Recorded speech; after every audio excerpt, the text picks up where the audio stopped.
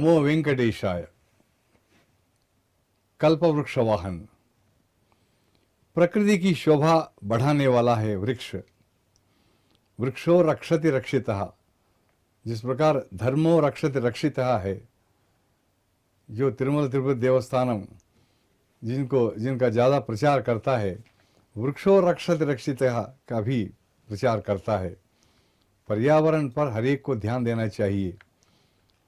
वृक्ष यानी ये वनस्पति जो है, प्रकृति का सौंदर्य वनस्पति बढ़ाती है। बहुत ही आवश्यक है ये आज के माहौल में। पर्यावरण दूषित होता जा रहा है। प्रकृति की शोभा बढ़ाने वाला है ये वृक्ष। इस संसार में हमें अनेक प्रकार के वृक्ष दिखाई देते हैं, जिनमें सर्वोत्कृष्ट वृक्ष है कल्प वृक्ष। अन्य सारे वृक्ष उन पर लगने वाले फल ही देते हैं, जबकि कल्प वृक्ष समस्त वांछित फल प्रदान करता है। कल्प वृक्ष की विशेषता यह है कि उसके नीचे जो भी खड़ा होता है और जो भी मनोकामना वह प्रकट करता है, वह वृक्ष उनकी मनोकामना पूरी कर देता है।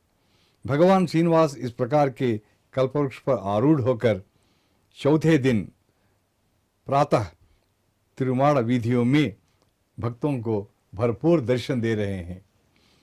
सुर असुरों ने अमृत हेतु क्षीरसागर मंथन किया था। ये गाथा आप जानते ही हैं।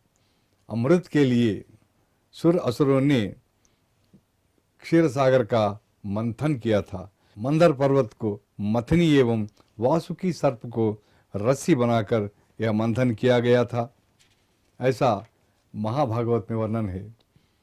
प्रिय भक्तजनों, उस समय अनेकों मूल्यवान वस्तुएं सागर से उत्पन्न हुई, जिनमें यह कल्पवृक्ष भी एक था।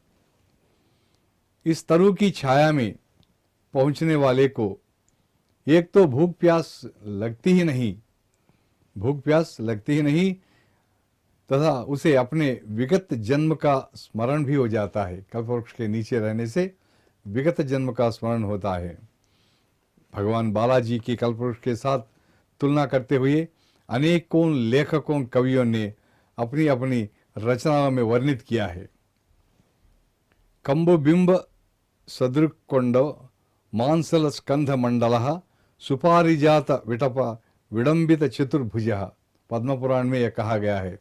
भक्तजनों, इसमें श्रीनिवास भगवान के स्वरूप को हर श्रृंगार वृक्ष के समान बताया गया है। पुराणों में कल्पवृक्ष की महिमा बताने वाली गाथाएं अनेक हैं। यह वृक्ष तो मांगने वालों को ही फल देता है, परंतु स्वामी वेंकटेश भगवान भक्तों को बिन मांगे ही उनकी स्थिति जानकर उनकी इच्छा पूरी करने वाली महान विभूति के रूप में उनकी महिमा का गुणगान करने वाले तो अनेक हैं। मांगने पर देने इनका स्वभाव नहीं है। भक्त क्या मांगता है उनको मालूम है। वैसे हम जो मांगते हैं वो नहीं देते। हमें जो चाहिए, हमें जो अनिवार्यतः चाहिए, जो हमारे लिए बहुत आवश्यक है, वह देते हैं। मांगने वाली चीज़ हमें नहीं मिलती है। याद रखिए, भगवान एक कल्पवृक्ष के समान है। कल्पवृक्ष आदि केवल अन्न वस्त्र इत्यादि देते हैं, परंतु मोक्ष अपवर्ग नहीं दे सकते।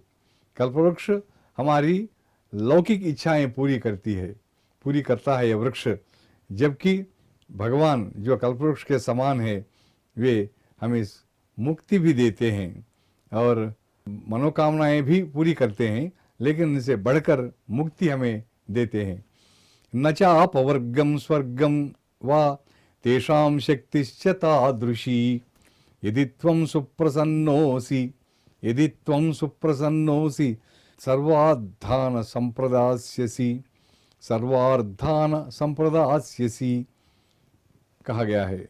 देव शर्मा नामक एक भक्त ने भगवान को आदित्य पुराण में अपवर्ग व स्वर्ग को देने वाले करुणा निधान के रूप में स्तुति की थी। उन्होंने इस प्रकार के देव का कल्पवृक्ष वाहन आरूढ़ होने में क्या आश्चर्य है?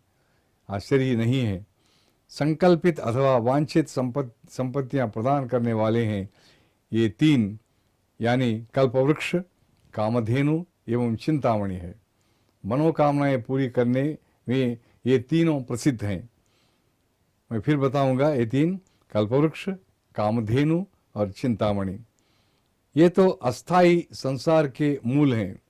अतः हमें निसंकल्प स्थिति, निश्चिंत स्थिति के लिए ही प्रयासरत होना चाहिए। और कल्पवृक्ष वाहन दर्शन द्वारा भगवान हमें उस फल को पूर्णतः प्रदान करता है। भगवान वरदान देते हैं। फिर भक्तजनों, हमें सत्संग भी बहुत आवश्यक है। जो भी इस ब्रह्मोत्सव में आते हैं जो भी, तो उनको सत्संग प्राप्त होता है। सत्संग क्या है? गंगा पापम शशीतापम, गंगा पापम शशीतापम दैन्यम कल्पतरुंस्तथा, पापम तापंच दैन्यंच हन्ति सज्जन दर्शनम, हन्ति सज्जन दर्शनम। जब हम ब्रह्मोत्सव में भाग लेते हैं, यहाँ सज्जनों का दर्शन होता है। और आप देखिए, कल्पवृक्ष के समक्ष इतने लोग खड़े हुए हैं और इनमें भी ऐसे सज्जन अनेक हैं। इनका दर्शन और इनके साथ उठने बैठने से हमें बहुत लाभ होते हैं। जैसे कहा गया है, गंगा पाप दूर करती है। गंगा नदी, उसमें डुबकियां से, पवित्र स्नान करने से पाप दूर हो जाते हैं।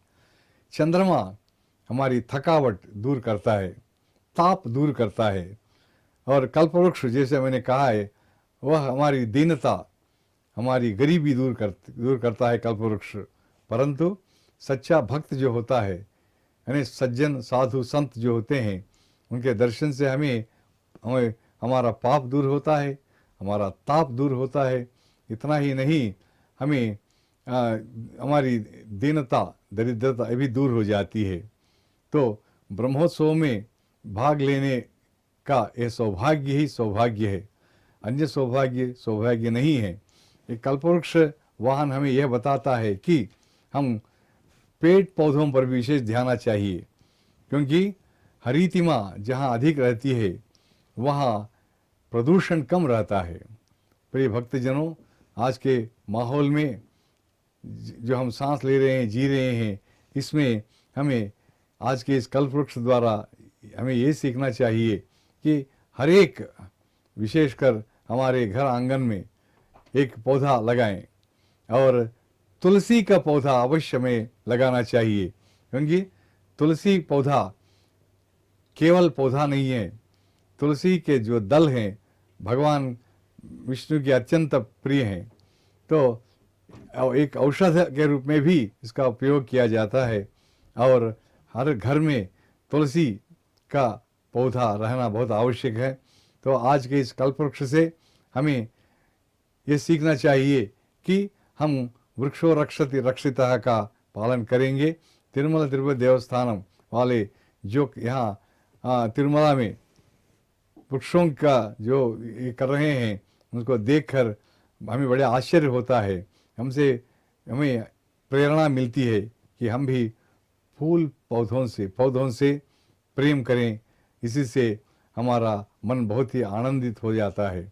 हमें अवश्य प्रतिदिन वृक्षों के साथ, पेड़ पौधों के साथ थोड़ा समय बिताना चाहिए, तभी तो हमें आनंद मिलता है और इसी से हमारा जीवन भी कृतार्थ होता है, स्वास्थ्य हमारा अच्छा रहता है। प्रिय भक्तजनों, नमो वेंकटेशाय।